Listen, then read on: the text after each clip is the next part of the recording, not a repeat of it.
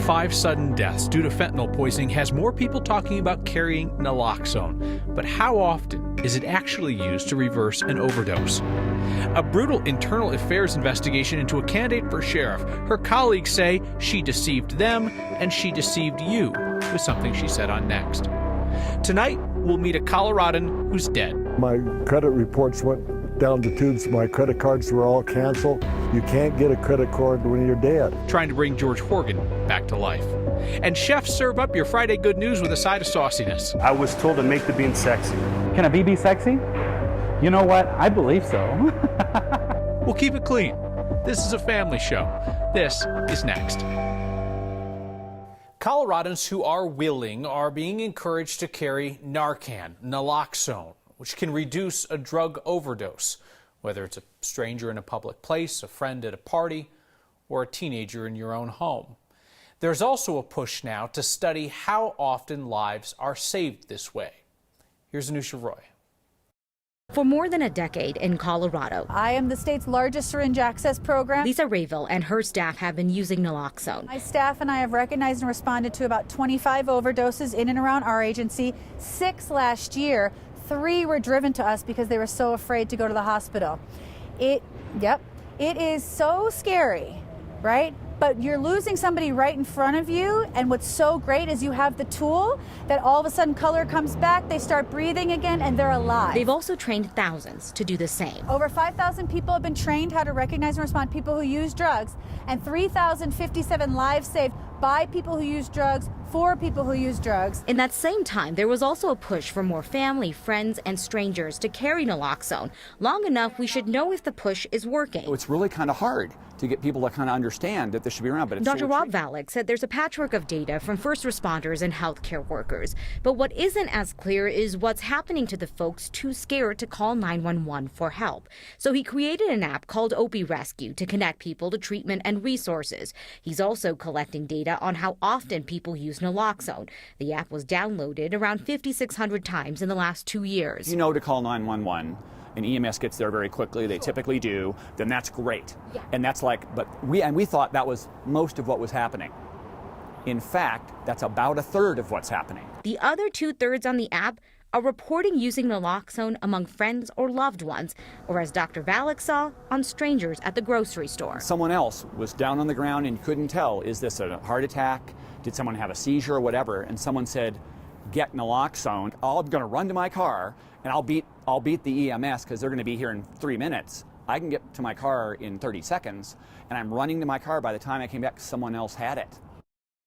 So we know naloxone saves lives, but after talking to Dr. Valek, he said when it comes to really figuring out who is using naloxone and how often, it's not necessarily streamlined, especially when you're trying to separate out who was saved by family members, who was saved by friends, and then who was helped because they went to the hospital or called 911. It's just a whole bunch of different sources of data, so a little bit hard to kind of get that big state picture of what's happening. Yeah, it feels like though that there's a societal shift in people understanding that drug users and people who overdose are not just strangers on the street. So there's all kinds of people interested in carrying and having Narcan. I have to say that is the one thing that has been really consistent as we have been following this issue on this show.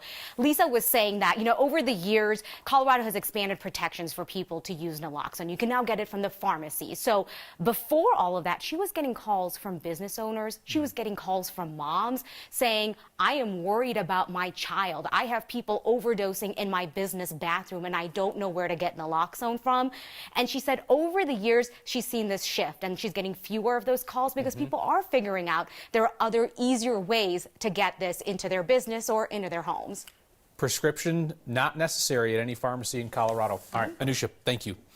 So tomorrow marks 2 years since COVID-19 was first detected in our state, and public health leaders say we're now in the best position since then. Now, that said, exactly 12 months ago, they were talking about a light at the end of the tunnel, and that turned out to be a strain called the Delta variant. But the majority of Coloradans are now vaccinated, and we know that the Omicron variant was considerably milder. Still, though, we asked Colorado's public health leaders today why we should believe that we're largely in the clear now. I think the thing that makes it different this time is that Omicron is it's less severe. It's a disease that's less severe. We have a much higher level of vaccination in the state. There are great therapies available, antivirals and antibody treatments. And, Omicron is so contagious. The School of Public Health estimates that the beginning of January, between 1 in 10 and 1 in 15 and people in Colorado were infectious. So it's given us a layer of protection. And all of these things have converged, I think, to put us in the best position that we have ever been in with this virus. Current COVID case counts in Colorado have decreased to levels that we haven't seen since last summer. State estimates that right now you got about 6 of every 100,000 Coloradans currently contagious with COVID. A Republican candidate for Douglas County Sheriff is the subject of a letter from her old department warning prosecutors that she may not be credible enough to put on stand in a trial. Through Colorado open records law, we also got a hold of the internal affairs investigation into former Undersheriff Holly Kluth of Douglas County. Her colleagues determined that she deceived them and deceived you in comments she made on Next. An internal affairs investigation determined that Kluth was not honest and may have actually committed a crime in directing a subordinate to delete part of her personnel file, a portion that could reflect poorly on her run for sheriff. An outside investigation recommended criminal charges, but prosecutors declined to bring the case. Last December, Kluth was here on Next, denying that an internal affairs investigation even existed. The investigation then noted that Kluth had declined to participate a month earlier.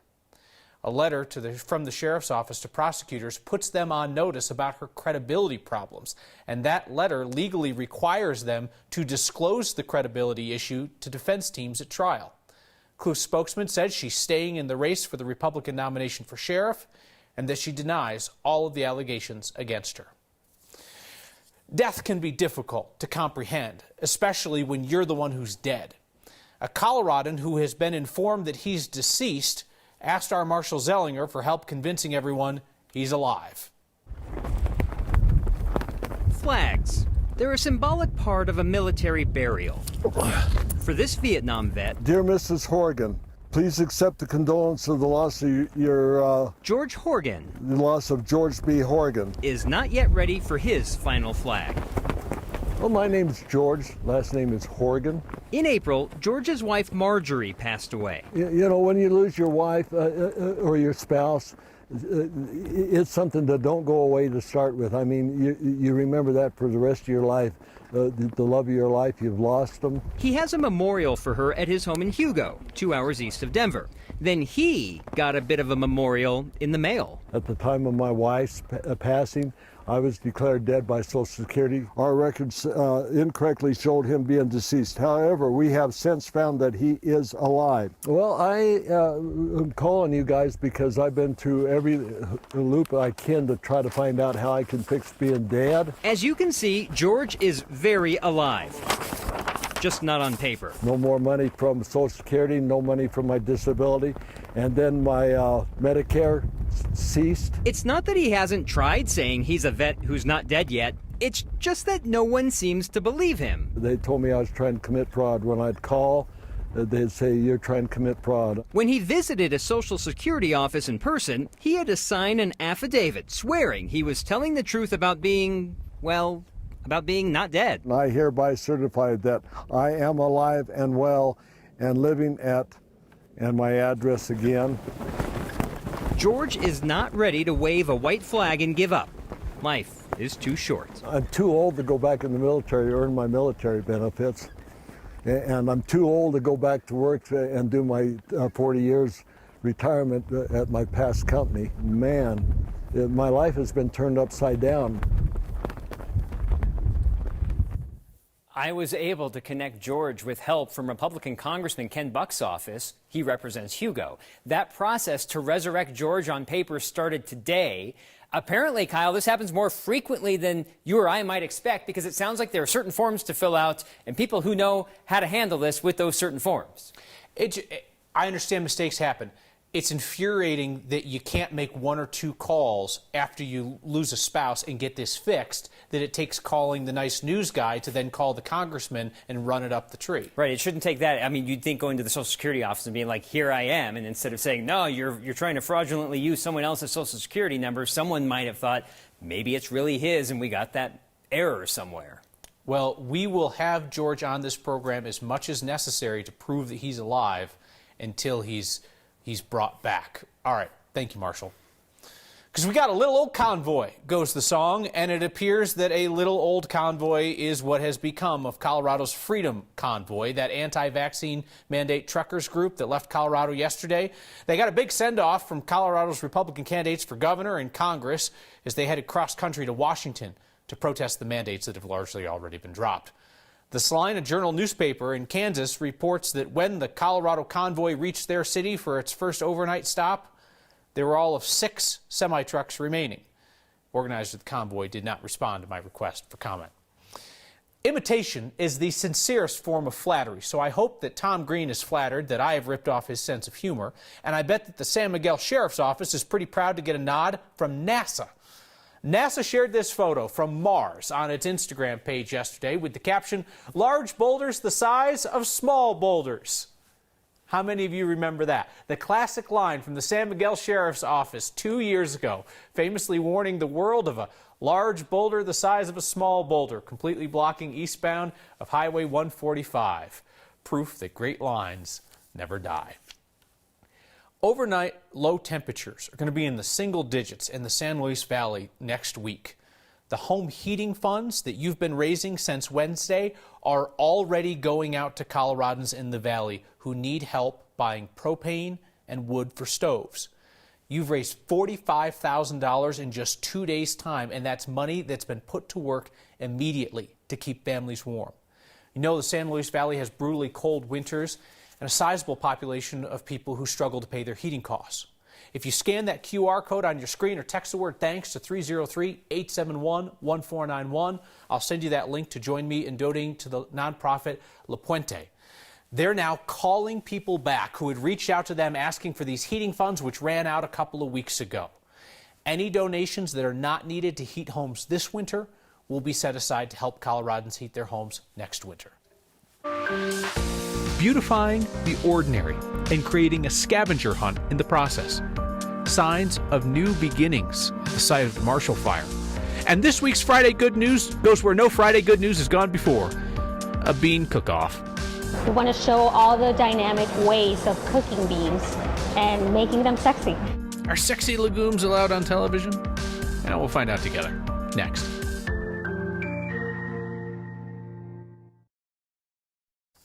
So much bad news around the world this week, we've decided to move up our favorite end of the week tradition. So we've traveled a lot of places in search of your good news. Bean Summit, though, is a first.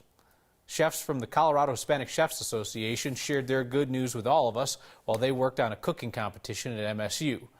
The main ingredient, besides the beans, is just whatever goodness they want to put out into a world that needs it.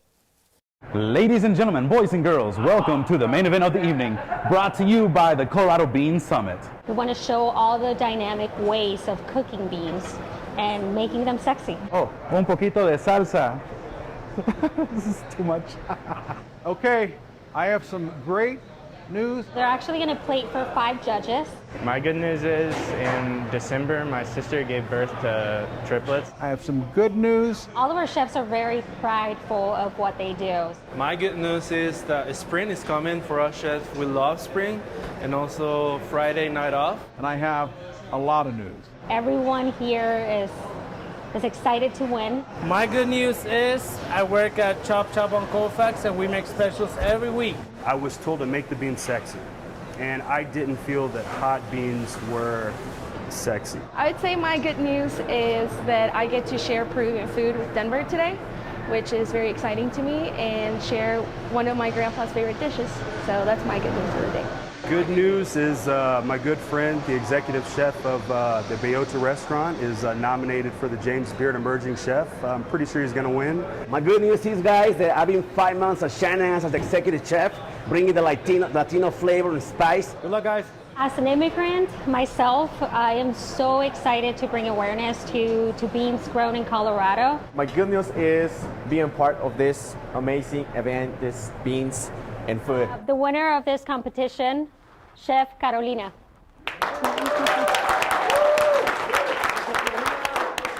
That is our good news. The winner was Chef Carolina Zubiate from Peru with her saco de carne and taco taco, which I am informed is Peruvian rice and beans. I make my daughters rice and beans every Sunday. They eat it all week. We're going to make the Peruvian style this weekend. I know growing up here in Colorado that the Rocky Mountain bighorn was the official state mammal, and it occurred to me I could paint one animal for each state. Plain old electrical boxes in Denver are getting a new look, whole wild kingdom, if you know where to look. And a glimmer, a blade, hope in Superior. That's next.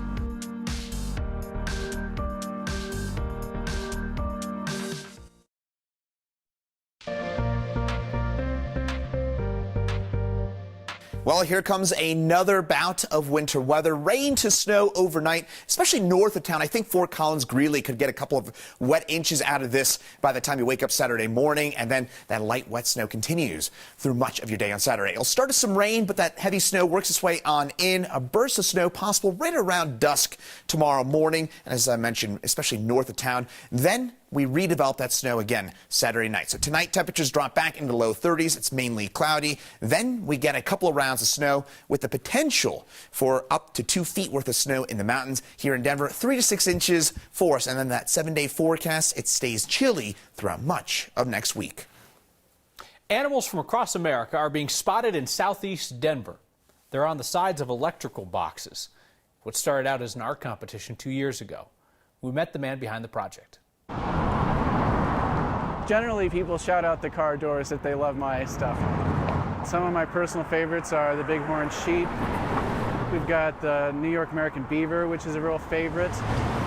One of the most popular by far is at Evans in Colorado. That's the Wyoming bison. My name's Andrew Woodward, and I'm an artist living here in Denver, Colorado. Well, this is my series of electric boxes called 50 State Animals. And when all 50 are up, there will actually be 51 up, because I also did a painting of the American bald eagle.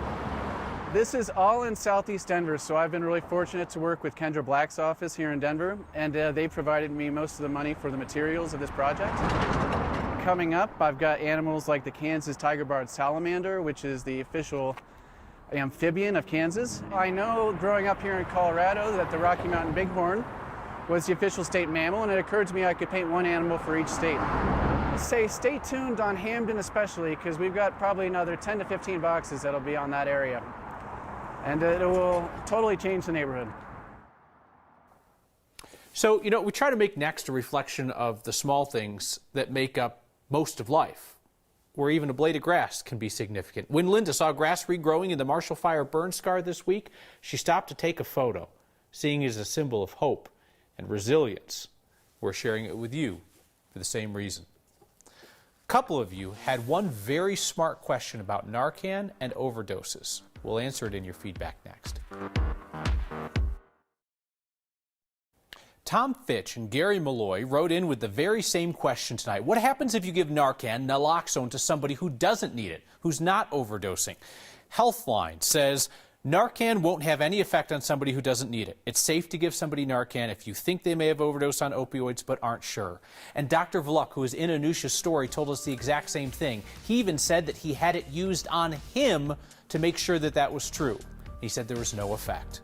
Great question. See you next time.